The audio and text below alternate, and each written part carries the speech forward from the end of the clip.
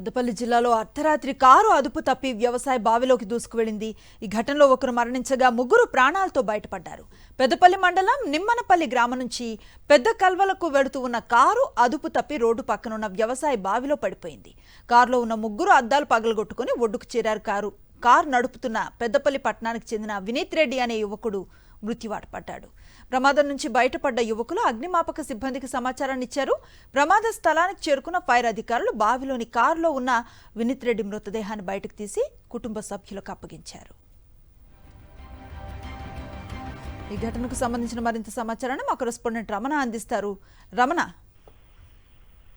అనుష్య అంటే 15 రోజుల్లో ఆస్ట్రేలియా వెళ్లాల్సిన యువకుడు ఒక బావిలో పడి చనిపోవడం అనేది ఇప్పుడు ఆ ఇంట్లో తీవ్ర విషాదాన్ని రేకెత్తిస్తుంది. పెద్దపల్లి జిల్లాలో నిన్న అర్ధరాత్రి ఈ కారు ప్రమాదం జరిగింది. అయితే కొంత నిద్రమత్తులో వేగంతో వెళ్తున్న క్రమంలోనే ఈ అదుపు తప్పి వ్యవసాయ బావిలోకి కారు దూసుకెళ్ళినట్టుగా తెలుస్తుంది. ముఖ్యంగా ఈ యువకునితో పాటు వినీత్ రెడ్డి అనే యువకునితో పాటుగా మరో ముగ్గురు కూడా ఉన్నారు. కానీ వాళ్ళ ముగ్గురు కూడా ప్రాణాలతో బయటపడ్డారు. అయితే ఈ పెద్దపల్లి మండలం నిమ్మనపల్లి నుంచి పెద్ద కలువలకు వెళ్తున్న సమయంలో ఈ ప్రమాదం చోటు చేసుకుంది. రోడ్డు పక్కన గల వ్యవసాయ బావిలో పడడంతో ముగ్గురు అద్దాలను ఆ కారుకున్న అద్దాలను పగలగొట్టుకొని ఒడ్డుకు చేరే ప్రయత్నం చేశారు. అందులో సఫలీకృతమయ్యారు. కానీ వినీత్ రెడ్డి అనే ఆ వ్యక్తి మాత్రం ఆ లోపల మునిగిపోయి చనిపోవడం జరిగింది. అయితే ఈ క్రమంలో వీళ్ళు అగ్నిమాపక సిబ్బందికి సమాచారం ఇవ్వడంతో వెంటనే ఫైర్ అధికారులు వచ్చి వ్యవసాయ బావిలో ఉన్న కారును అదేవిధంగా వినీత్ రెడ్డి మృతదేహాన్ని బయటకు తీశారు. మొత్తంగా కుటుంబ సభ్యులకు అప్పగించారు. దీనిపైన పోలీసులు కేసు నమోదు చేస్తున్నారు. అయితే ఈ కారు ప్రమాదంలో